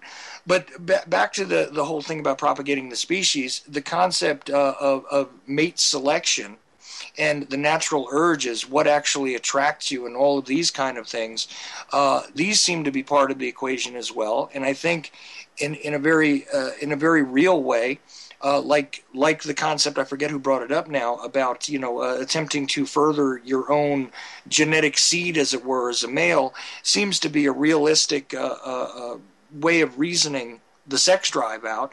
And the female concept of selecting the better mate so that they can produce the better offspring also seems to be part of a reality from an anthropological standpoint, regarding the human animal, as it were. I think that these two things, which are at a bit of a cross purpose, as she was saying, do play into it. They haven't been eliminated from the equation, regardless of whatever concepts we've dressed all this up in at this point, regardless of the ritual that has been added to the reality. You know what I'm saying? So it seems to me as though there is a place for all of this in the world. We have gotten away from being our natural selves. And this is one of the concepts that I'm always reaching for personally, and always trying to encourage everybody else to do when it comes to these greater questions, is to reach more for what you already are. You know what I'm saying? Know yourself. Don't create yourself and interject yourself into an artificial reality, into an artificial situation. Now, how far But does... we live in an artificial society, so it's impossible to do that. But that's the thing, is that how long is this going to continue? All of these things collapse, of their own weight. I mean, we've only lived in a paper money society for a couple of hundred years. We've only lived in the oil-based society, as it were, for, again, 150 years, depending on where you want to mark that from. Let's go 200 years on that one, too. There's a whole lot of factors at play here which have shaped the current conditions that have only been in existence for a short period of time. And again, the history, no matter how any of us, dissects it, or creates a vivisection of a more current history, the reality is that we are not fully aware of the entirety of that history. So all of this stuff could be an absolutely moot point, except for what is naturally existent, and getting to know that and getting to understand that better, And this is the point I'm coming from, and this is like a work in progress. I don't have any great conclusion about this. All I'm saying is that I think that all of these things are valid points, regarding the complex nature of what has become the human species. Well, I think when people lose the attitude of "you're first after me," I think you'll see a shift in how children, go back to that, how children are being raised. Unfortunately, and not everybody, because I think more people than not have the attitude of it's all about me and what property I can have and what materialistic items. It's always, to beat the Joneses. And that has to go away before you can go back to having the tribal type community, because everybody's just so self-absorbed that, this is why we're doing these shows, because people just aren't awake to what's going on, because they're so self-absorbed with the materialistic things they have, or how much money they have in the bank, or the big TV, the big SUV. That shit shouldn't matter. That shouldn't be what's important. What's important is raising your kids to be responsible, moral human beings and care for their fellow man, if you will. And that's just gone. And you can see it in kids now. At least I've seen it.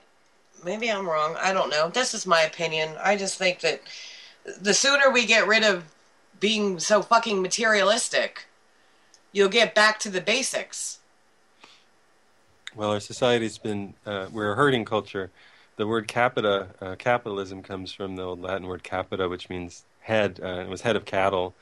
We're a cattle trading culture. We derive our pleasure and our pain from owning stuff and turning into other stuff. That's who we are. I don't think that we'll learn to be generous before there's no ability to do that anymore. We released the power of 1 million giants on the earth by using oil. Again, 19 million barrels a day in this country, worth about 50 million years of manual labor per day, every day in this country. That's all the FedEx, UPS, airplanes, trucks, all the interstate trucking, all the farm equipment, all of the cars taking people down the street because they can't bike a mile to the grocery store, all of the machines whirring and making stuff and building stuff and picking things and wrapping them and desiccating them and then refabricating them as cookies, because God help us, we can't just eat grains or beans or vegetables. We have to eat processed. But that's all oil. So as long as we have that slavery, we'll be able to be capitalists. We'll be able to dig things up, light them on fire, and turn them into something else. That's what we do. There's no way out of it. You'd have to move out of the American system or move into a commune or a kibbutz, or getting away from all of that. And then if you move into a kibbutz, you're a total victim of the Judeo, the Yahweh male-centric system. But in a kibbutz, women have more power, but still. Anyway, it's a mess. It's a big, messy disaster of a world, so you better be having a lot of sex. See, I still say, yeah, absolutely. Amen on that one. But I still say that, regardless of how you move yourself out of the greater industrial grip of the energy-centric parts of society, I think when it comes to, the oil-based ideas, you've identified the chips. I think the casino is still the monetary system, I really do, because, even if you remove yourself from American society, you remove yourself from Western society, the control of the international banks and the way that life is now valued against, slips of paper with imaginary values, and all of the elements that are required to continue living, this is really the larger part of the equation, And so for me, it's as detrimental and horrible as it is to think about the use of oil, the fact that even in that equation, you're still equating, labor to cost to money. There's still, if you take money out of the equation entirely, I wouldn't you have be a whole opposed other game. to a barter system. Well, but what is money? Money represents the ability to do work. You buy stuff, and money represents the amount of work that you think went into it. And it's totally outrageous, of course, when you come up against art objects or, we don't really value. We might value the amount of work, but all of the work is now oil. So oil is money.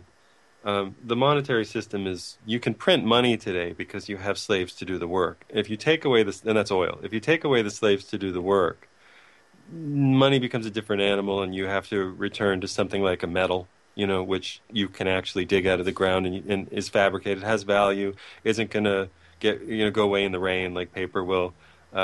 and accrues interest with age because it also has historical value. So then you return to that, and then some people have more of that and some people have less, and that's sort of the way a herding farming culture operates. It operates by trading talents, money, for denarii, whatever you want to say, for other things. A foraging culture doesn't have any money because they don't really have possessions, and so they don't say, I'll give you this coin for 10 bushels of that, because they don't have 10 bushels of that.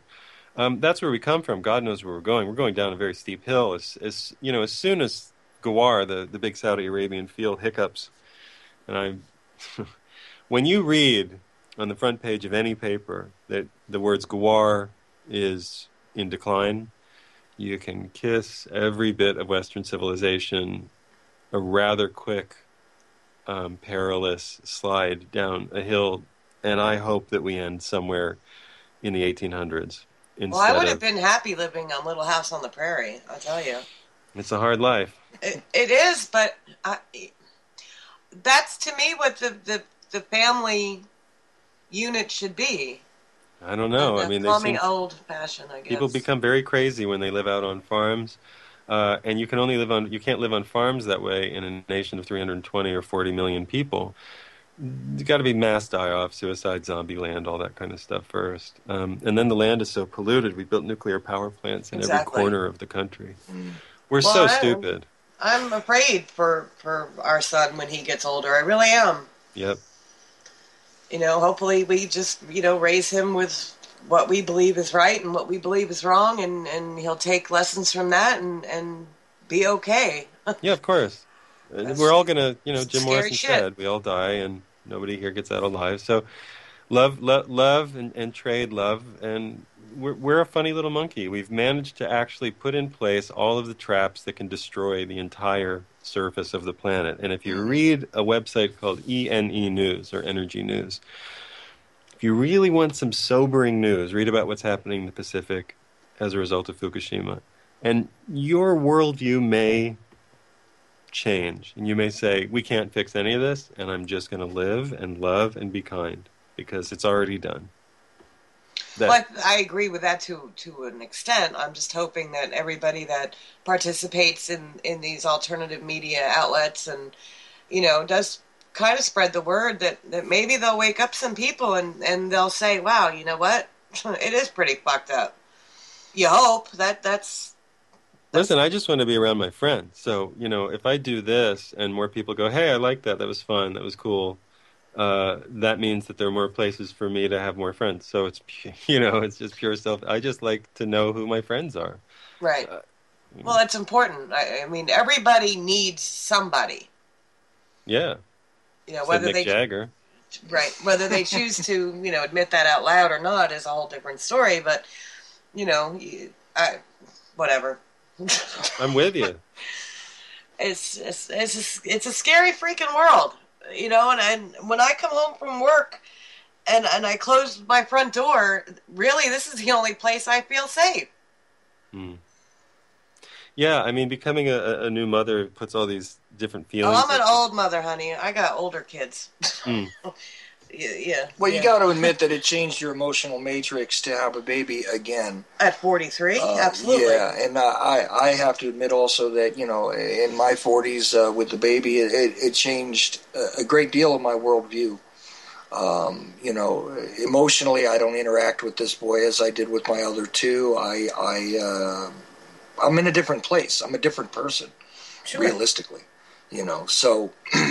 And the whole process that we're going through here, and we've only got about 15 minutes or so, just to let everybody know. And you know what? We've actually kind of not had Cy Girl chime in too much here. I really am wondering what she has to say about all of what she's been listening to here.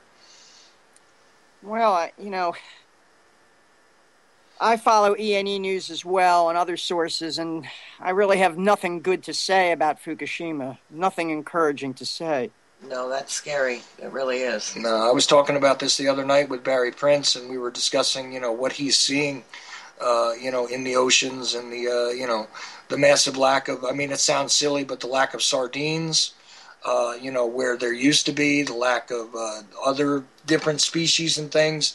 This is definitely part of the Pandora's box cracking open. I mean, as massive as it is, it's not nearly scratching the surface of what could go wrong here.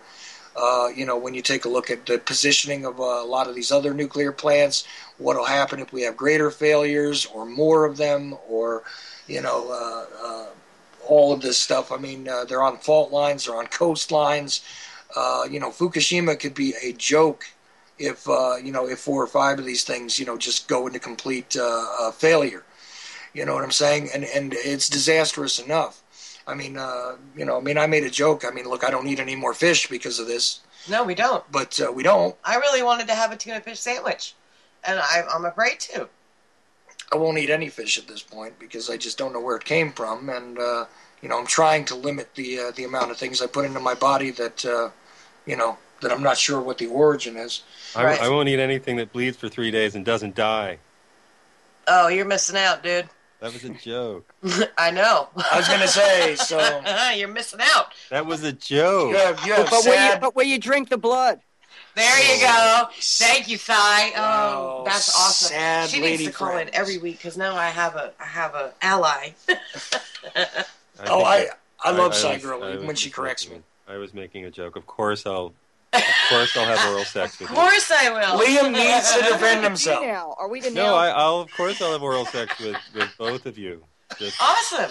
Yeah, where and the do you Sicilian. live? Come on over, everybody. Where do you live, Lance? Are we going to descend into the dark pit of fatalism and existentialist despair? I mean, yeah. We can embrace another Captain's here. position. That sounds like oral sex with some, but not all. Oh my goodness. She said something about descending into lady the parts. chasm. Yes, we are. Somehow we come back to the pubic hair in the argument over whether to leave shrubbery or to remove all of the landscaping. Leave enough. Well, that's the matter of aesthetics, and we have Aristotle on that. What is that? What do they call that? Oh, the landing strip. Oh, that's ridiculous. Well, you've all looked at Greek statues, right? Oh, yeah. Well, the Greeks and the Romans, and even, of course, if you look at sort of neoclassical, like Michelangelo, the Italian Renaissance, but those guys, they're showing full frontal nudity, but you don't see the pubic hair on most of the female nudes there, do you? No, you do not. Right, so how natural that, Liam? Yeah, well, how natural is that, or is that sort of an idealized? I don't know what that is. That a more artificial conception? I think the David. When you look at the David statue, I think he had some pubic hair. Oh yeah, the males I think do usually have a sort of. It's not real prominent, but there's always a sort of a symbolic presence of. But I swear, if you look at things like, I'm thinking of some examples of classical sculpt, especially late Roman, and of course, as I say, even in Italian Renaissance, the female figure, of course, it's usually a lot more buxom. Yeah. A lot fuller. They have a completely different concept of beauty than the artificial post-industrial. Right. They're very voluptuous.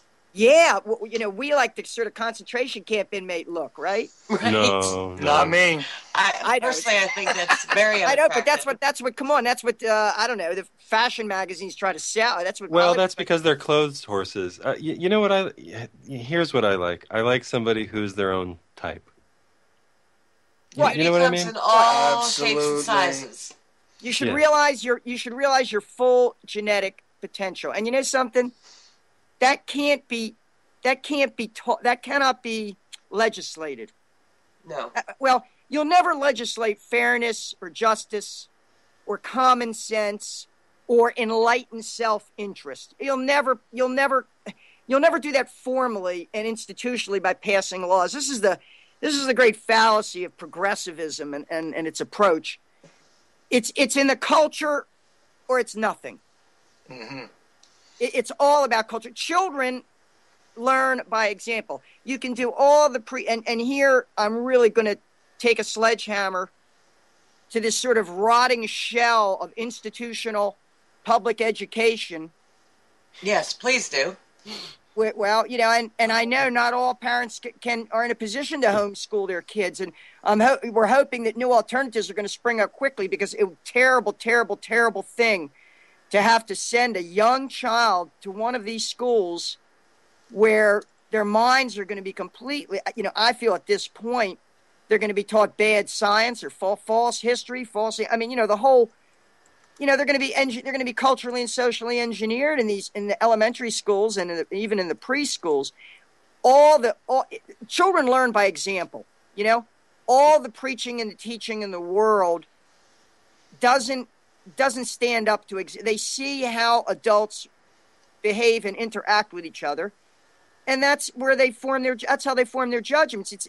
What you're telling them is not what they're looking at. What you're doing, not what you're telling them. Exactly. And it's the same thing with the rule of law. The rule of law can never be anything more than a rough, crude guideline on decent behavior. It's got to be in the culture, or you can forget it. Mm-hmm. Agree with that 100%. Oh yes, absolutely. I'm hoping to be able to homeschool Francis. I mean, personally, I'm not that smart, so we'll have to get a tutor. I want to teach him things, I wish though. you'd stop saying that. Well, I'm not good at math and that kind of stuff, but, I can teach him, how to build a garden and how to grow the garden and, things that he's going to need for when he's older. And again, we've had this conversation before about, being good at math and all that, how it expands the mind. Well, I'm not good at math. I never was good at math. I was always good at science. Look, you will teach him your strengths. I will do my best to teach him what mine are. And what we hopefully can't teach he won't him, embrace any of our weaknesses. And he'll get a tutor. Too tightly. Right. Well, That's all I can maybe you can form a homeschool. Remember the village, a genuine village. Get that homeschooling network going, and in our town where we live, it's actually quite popular because the school system sucks so badly that a lot of people in our community do homeschool. So it's not that we're starting fucking new. There are other people that are already doing this. So I mean, he's a baby, so I don't have to worry about it today or tomorrow. But as he gets older, it's something that I'm certainly going to look into and see what's best for him. And I certainly don't want to make him be antisocial.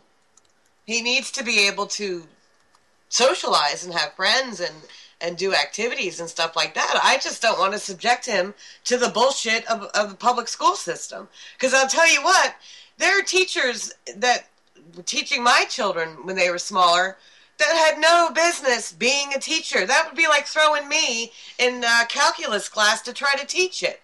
I haven't a fucking clue the first thing about calculus. And half of these teachers that were teaching my children had no business being a teacher. Well, see, but that's the good thing about these collectives regarding homeschooling because, God help them. They could bring me in to help teach history, at least to the younger ones. And possibly you could be the, botanical engineer, as it were, teaching them all about the gardening and all that. Well, I would like to do that now, even before he's going to school. I wanted to look into going to the public schools in our neighborhood, and because we live in a city, and see about maybe taking a little piece of their property on the school grounds and teaching the kids. I mean, I don't have a degree or anything. It's just experience that I have from building, the hydroponic gardens in my yard. Teaching the kids how to do that. They don't do that kind of stuff here. See, but that could be done. You could do that within the confines of the homeschooling network, where you'll have a great deal more control over the curriculum and a lot less of this institutionalized insanity that's being inflicted upon the school-age kids right now. Right. Which is contradictory, and to me promotes apathy after a while, because it's astounding what it is they're ramming down their throats. Well, I think every child learns differently. You can't shove 30 kids in a classroom and expect them all to learn the same way and the same thing. You just can't. It doesn't work. Which is probably why I didn't do that great in school, because it was freaking boring. Right. And there's only about 3 minutes left. Oh, wow. We only have 5 minutes left. Well, this was a really good show. Yeah, I think about 3 before the bumper kicks in. But either way.